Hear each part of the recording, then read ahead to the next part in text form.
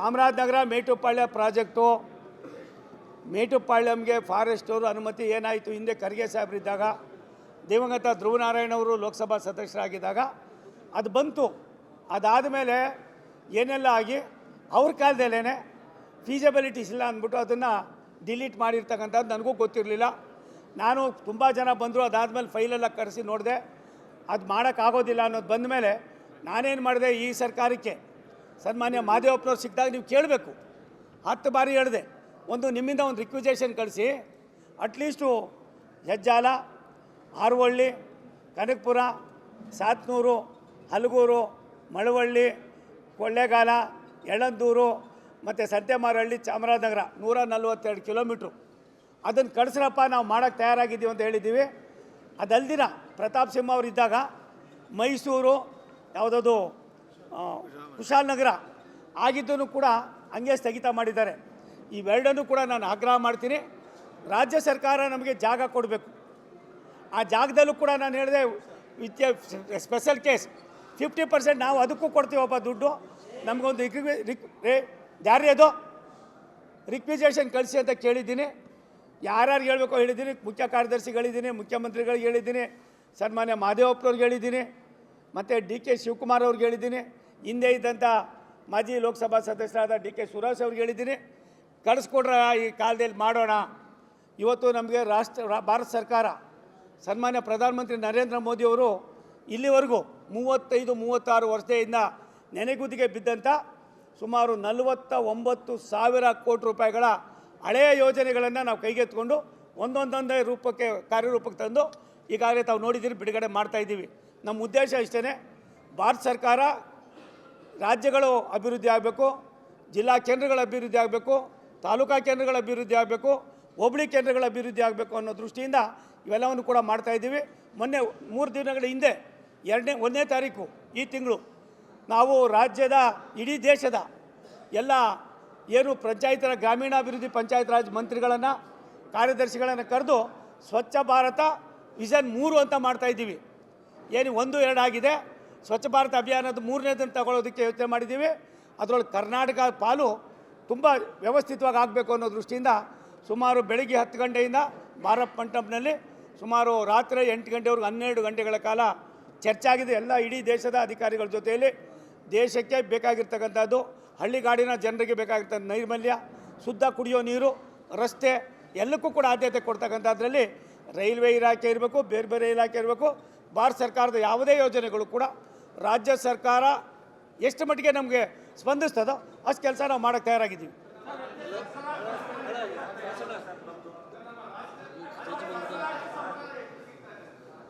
ನೋಡಿ, ರಾಜ್ಯ ಸರ್ಕಾರ ಪದೇ ಪದೇ ಹೇಳಿದ್ದೀನಿ, ನಾನು ಮುಖ್ಯಮಂತ್ರಿಗಳು ನನ್ನ ಕಚೇರಿಗೆ ಬಂದಾಗೂ ನಾನು ರಿಕ್ವೆಸ್ಟ್ ಮಾಡಿದ್ದೀನಿ, ಆಮೇಲೂ ರಿಕ್ವೆಸ್ಟ್ ಮಾಡ್ತಾಯಿದ್ದೀನಿ, ಶಿವಕುಮಾರ್ ಅವ್ರಿಗೂ ಮಾತಾಡ್ತಾಯಿದ್ದೀನಿ. ನೀವು ಬೇರೆ ಗೊಂದಲಗಳನ್ನು ಮಾಡಿ ಜನರನ್ನು ಬೇರೆ ದಾರಿಗೆ ತಂದು ಎಲ್ಲೋ ದಿಕ್ಕು ತಪ್ಪಿಸೋದು ಬಿಟ್ಟು, ನೀವು ಎಷ್ಟು ದಿನ ಇರ್ತೀರಿ, ಎಷ್ಟು ವರ್ಷ ಇರ್ತೀರೋ, ಅಟ್ಲೀಸ್ಟು ರಾಜ್ಯ ಸರ್ಕಾರದಲ್ಲಿ ಜನರಿಗೆ ನೀವೇನು ಕೊಟ್ಟಿರೋ ಮಾತುಗಳು ಇವತ್ತಿನ ಪರಿಸ್ಥಿತಿ ಅರ್ಥ ಮಾಡಿಕೊಂಡು ಕೆಲಸ ಮಾಡಿ ಅಂತ ಹೇಳ್ತಾ ಇದ್ದೀವಿ.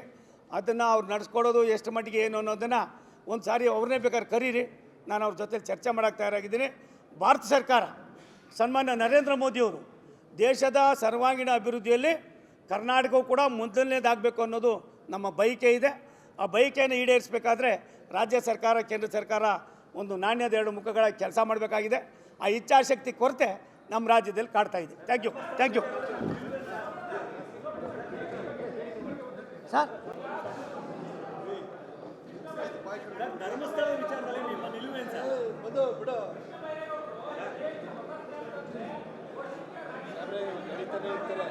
ಅಪ್ಪ ಒಂದು ನಿಮಿಷ ಅಪ್ಪ, GSTದು ಮೀಟಿಂಗ್ ನಡೀತಾ ಇದೆ. ಒಂದು ನಿಮಿಷ. ಯಾವುದೇ ರಾಜ್ಯ ಸರ್ಕಾರಗಳನ್ನು, ಒಂದು ನಿಮಿಷ ಅಪ್ಪ ಪ್ಲೀಸ್, ಯಾವುದೇ ರಾಜ್ಯ ಸರ್ಕಾರಗಳನ್ನ ಟಾರ್ಗೆಟ್ ಮಾಡ್ತಕ್ಕಂಥ ಪರಿಸ್ಥಿತಿ ನಮಗಿಲ್ಲ. ರಾಜ್ಯ ಸರ್ಕಾರದ ಪಾಲುದಾರಿಕೆ ರಾಜ್ಯ ಸರ್ಕಾರಕ್ಕೆ ಆಗ್ತದೆ, ಕೇಂದ್ರ ಸರ್ಕಾರ ಏನು ಮಾಡಬೇಕು ಅದು ಮಾಡ್ತದೆ. ಇನ್ನೂ ಮೀಟಿಂಗ್ ನಡೀತಾ ಇದೆ. ತಾವು ಕೇಳಿರ್ತಕ್ಕಂಥ ಪ್ರಶ್ನೆಗೆ ಇನ್ನೊಂದು 2-3 ದಿವಸದಲ್ಲಿ ಒಳ್ಳೆಯ ಉತ್ತರನೂ ಸಿಗ್ತದೆ. ನೋಡಿರಿ, ನಾನು ನಮ್ಮ ನಿಲುವನ್ನು ಸ್ಪಷ್ಟವಾಗಿ ಈಗಾಗಲೇ ಪಡಿಸಿದ್ದೀವಿ. ಅದೊಂದು ಧಾರ್ಮಿಕವಾದ ದೊಡ್ಡ ಸಂಸ್ಥೆ. ಇವತ್ತಲ್ಲ, SIT ತೀರ್ಮಾನ ಮಾಡಿದ 1 ಗಂಟೆಯಲ್ಲಿ ನಾನೇ ಮೊದಲನೇವನು ರಿಯಾಕ್ಟ್ ಮಾಡಿದ್ದು. ಧರ್ಮಾಧಿಕಾರಿಗಳು ಈ ಧರ್ಮದ ಇತಿಹಾಸ, ವಿಶೇಷವಾಗಿ ಕನ್ನಡಾಂಬೆ ತುಂಬ ದೊಡ್ಡವಳಿದ್ದಾಳೆ. 1000 ಸಾರಿ ಹೇಳಿದ್ರು ಸುಳ್ಳೆ ಅನ್ನೋದಕ್ಕೆ ಈ ಧರ್ಮಸ್ಥಳವು ಕೂಡ ಒಂದು ಉದಾಹರಣೆ ಆಗಿದೆ.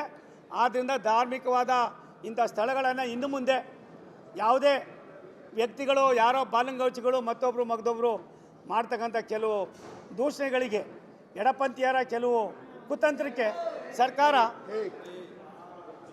ಸರ್ಕಾರ ಬಲಿಯಾಗಬಾರ್ದು.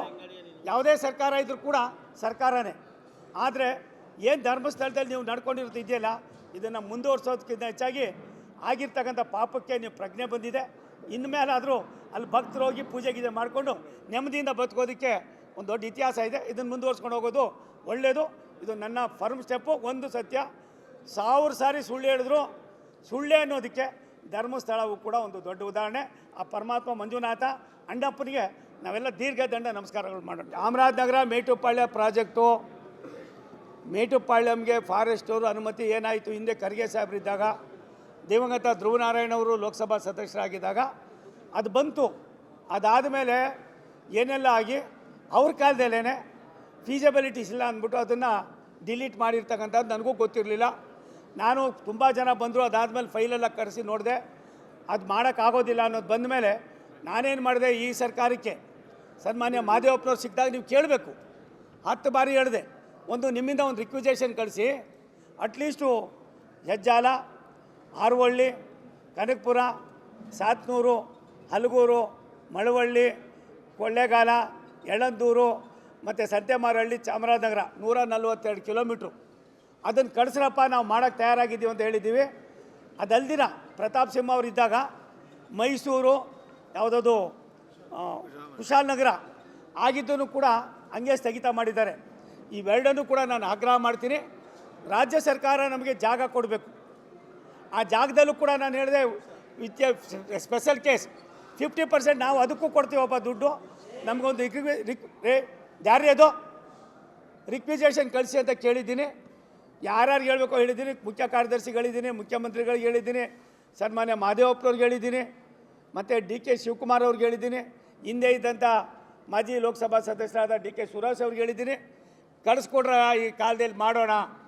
ಇವತ್ತು ನಮಗೆ ಭಾರತ ಸರ್ಕಾರ, ಸನ್ಮಾನ್ಯ ಪ್ರಧಾನಮಂತ್ರಿ ನರೇಂದ್ರ ಮೋದಿಯವರು ಇಲ್ಲಿವರೆಗೂ 35-36 ವರ್ಷದಿಂದ ನೆನೆಗುದಿಗೆ ಬಿದ್ದಂಥ ಸುಮಾರು 49,000 ಕೋಟಿ ರೂಪಾಯಿಗಳ ಹಳೆಯ ಯೋಜನೆಗಳನ್ನು ನಾವು ಕೈಗೆತ್ತಿಕೊಂಡು ಒಂದೊಂದೇ ಕಾರ್ಯರೂಪಕ್ಕೆ ತಂದು ಈಗಾಗಲೇ ತಾವು ನೋಡಿದ್ದೀರಿ, ಬಿಡುಗಡೆ ಮಾಡ್ತಾಯಿದ್ದೀವಿ.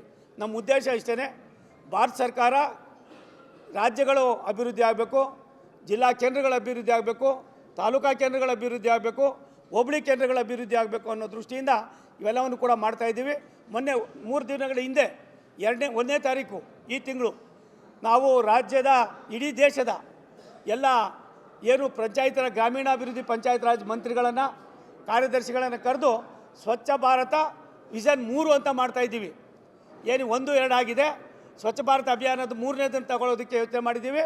ಅದರೊಳಗೆ ಕರ್ನಾಟಕ ಪಾಲು ತುಂಬ ವ್ಯವಸ್ಥಿತವಾಗಿ ಆಗಬೇಕು ಅನ್ನೋ ದೃಷ್ಟಿಯಿಂದ ಸುಮಾರು ಬೆಳಗ್ಗೆ 10 ಗಂಟೆಯಿಂದ ಭಾರತ್ ಮಂಟಪನಲ್ಲಿ ಸುಮಾರು ರಾತ್ರಿ 8 ಗಂಟೆವರೆಗೂ 12 ಗಂಟೆಗಳ ಕಾಲ ಚರ್ಚೆ ಆಗಿದೆ. ಎಲ್ಲ ಇಡೀ ದೇಶದ ಅಧಿಕಾರಿಗಳ ಜೊತೆಯಲ್ಲಿ ದೇಶಕ್ಕೆ ಬೇಕಾಗಿರ್ತಕ್ಕಂಥದ್ದು, ಹಳ್ಳಿಗಾಡಿನ ಜನರಿಗೆ ಬೇಕಾಗಿರ್ತಕ್ಕಂಥ ನೈರ್ಮಲ್ಯ, ಶುದ್ಧ ಕುಡಿಯೋ ನೀರು, ರಸ್ತೆ ಎಲ್ಲಕ್ಕೂ ಕೂಡ ಆದ್ಯತೆ ಕೊಡ್ತಕ್ಕಂಥದ್ರಲ್ಲಿ ರೈಲ್ವೆ ಇಲಾಖೆ ಇರಬೇಕು, ಬೇರೆ ಬೇರೆ ಇಲಾಖೆ ಇರಬೇಕು.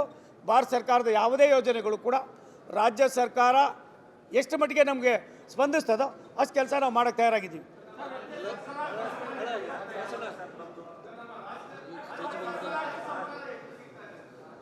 ನೋಡಿ, ರಾಜ್ಯ ಸರ್ಕಾರ ಪದೇ ಹೇಳಿದ್ದೀನಿ. ನಾನು ಮುಖ್ಯಮಂತ್ರಿಗಳು ನನ್ನ ಕಚೇರಿಗೆ ಬಂದಾಗೂ ನಾನು ರಿಕ್ವೆಸ್ಟ್ ಮಾಡಿದ್ದೀನಿ, ಆಮೇಲೂ ರಿಕ್ವೆಸ್ಟ್ ಮಾಡ್ತಾಯಿದ್ದೀನಿ, ಶಿವಕುಮಾರ್ ಅವ್ರಿಗೂ ಮಾತಾಡ್ತಾ ಇದ್ದೀನಿ.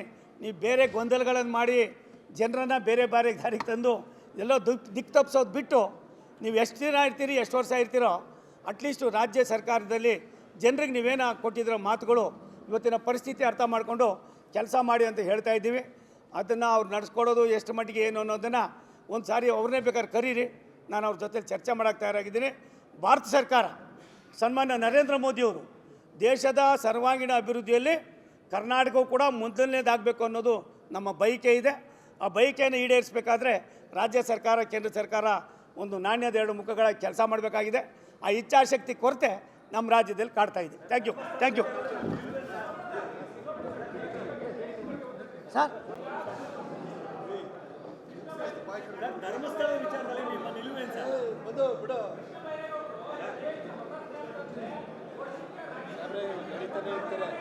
ಅಪ್ಪ ಒಂದು ನಿಮಿಷ ಅಪ್ಪ, GSTದು ಮೀಟಿಂಗ್ ನಡೀತಾ ಇದೆ. ಒಂದು ನಿಮಿಷ. ಯಾವುದೇ ರಾಜ್ಯ ಸರ್ಕಾರಗಳನ್ನು, ಒಂದು ನಿಮಿಷ ಅಪ್ಪ ಪ್ಲೀಸ್, ಯಾವುದೇ ರಾಜ್ಯ ಸರ್ಕಾರಗಳನ್ನ ಟಾರ್ಗೆಟ್ ಮಾಡ್ತಕ್ಕಂಥ ಪರಿಸ್ಥಿತಿ ನಮಗಿಲ್ಲ. ರಾಜ್ಯ ಸರ್ಕಾರದ ಪಾಲುದಾರಿಕೆ ರಾಜ್ಯ ಸರ್ಕಾರಕ್ಕೆ ಆಗ್ತದೆ, ಕೇಂದ್ರ ಸರ್ಕಾರ ಏನು ಮಾಡಬೇಕು ಅದು ಮಾಡ್ತದೆ. ಇನ್ನೂ ಮೀಟಿಂಗ್ ನಡೀತಾ ಇದೆ. ತಾವು ಕೇಳಿರ್ತಕ್ಕಂಥ ಪ್ರಶ್ನೆಗೆ ಇನ್ನೊಂದು 2-3 ದಿವಸದಲ್ಲಿ ಒಳ್ಳೆ ಉತ್ತರನೂ ಸಿಗ್ತದೆ. ನೋಡ್ರಿ, ನಾನು ನಮ್ಮ ನಿಲುವನ್ನು ಸ್ಪಷ್ಟವಾಗಿ ಈಗಾಗಲೇ ಪಡಿಸಿದ್ದೀವಿ. ಅದೊಂದು ಧಾರ್ಮಿಕವಾದ ದೊಡ್ಡ ಸಂಸ್ಥೆ. ಇವತ್ತಲ್ಲ, SIT ತೀರ್ಮಾನ ಮಾಡಿದ 1 ಗಂಟೆಯಲ್ಲಿ ನಾನೇ ಮೊದಲನೇವನು ರಿಯಾಕ್ಟ್ ಮಾಡಿದ್ದು. ಧರ್ಮಾಧಿಕಾರಿಗಳು, ಈ ಧರ್ಮದ ಇತಿಹಾಸ, ವಿಶೇಷವಾಗಿ ಕನ್ನಡಾಂಬೆ ತುಂಬ ದೊಡ್ಡವಳಿದ್ದಾಳೆ. 1000 ಸಾರಿ ಹೇಳಿದ್ರು ಸುಳ್ಳೆ ಅನ್ನೋದಕ್ಕೆ ಈ ಧರ್ಮಸ್ಥಳವು ಕೂಡ ಒಂದು ಉದಾಹರಣೆ ಆಗಿದೆ. ಆದ್ದರಿಂದ ಧಾರ್ಮಿಕವಾದ ಇಂಥ ಸ್ಥಳಗಳನ್ನು ಇನ್ನು ಮುಂದೆ ಯಾವುದೇ ವ್ಯಕ್ತಿಗಳು, ಯಾರೋ ಬಾಲಂಗೌಚಿಗಳು, ಮತ್ತೊಬ್ಬರು ಮಗದೊಬ್ಬರು ಮಾಡ್ತಕ್ಕಂಥ ಕೆಲವು ದೂಷಣೆಗಳಿಗೆ, ಎಡಪಂಥೀಯರ ಕೆಲವು ಕುತಂತ್ರಕ್ಕೆ ಸರ್ಕಾರ ಬಲಿಯಾಗಬಾರ್ದು. ಯಾವುದೇ ಸರ್ಕಾರ ಇದ್ದರೂ ಕೂಡ ಸರ್ಕಾರನೇ. ಆದರೆ ಏನು ಧರ್ಮಸ್ಥಳದಲ್ಲಿ ನೀವು ನಡ್ಕೊಂಡಿರ್ತಿದೆಯಲ್ಲ, ಇದನ್ನು ಮುಂದುವರ್ಸೋದಕ್ಕಿಂತ ಹೆಚ್ಚಾಗಿ ಆಗಿರ್ತಕ್ಕಂಥ ಪಾಪಕ್ಕೆ ನೀವು ಪ್ರಜ್ಞೆ ಬಂದಿದೆ. ಇನ್ಮೇಲಾದರೂ ಅಲ್ಲಿ ಭಕ್ತರು ಹೋಗಿ ಪೂಜೆ ಗೀಜೆ ಮಾಡಿಕೊಂಡು ನೆಮ್ಮದಿಯಿಂದ ಬದುಕೋದಕ್ಕೆ ಒಂದು ದೊಡ್ಡ ಇತಿಹಾಸ ಇದೆ. ಇದನ್ನು ಮುಂದುವರ್ಸ್ಕೊಂಡು ಹೋಗೋದು ಒಳ್ಳೆಯದು. ಇದು ನನ್ನ ಫರ್ಮ್ ಸ್ಟೆಪ್ಪು. ಒಂದು ಸತ್ಯ, 1000 ಸಾರಿ ಸುಳ್ಳು ಹೇಳಿದ್ರು ಸುಳ್ಳೆ ಅನ್ನೋದಕ್ಕೆ ಧರ್ಮಸ್ಥಳವು ಕೂಡ ಒಂದು ದೊಡ್ಡ ಉದಾಹರಣೆ. ಆ ಪರಮಾತ್ಮ ಮಂಜುನಾಥ ಅಣ್ಣಪ್ಪನಿಗೆ ನಾವೆಲ್ಲ ದೀರ್ಘ ದಂಡ ನಮಸ್ಕಾರಗಳು ಮಾಡೋಣ.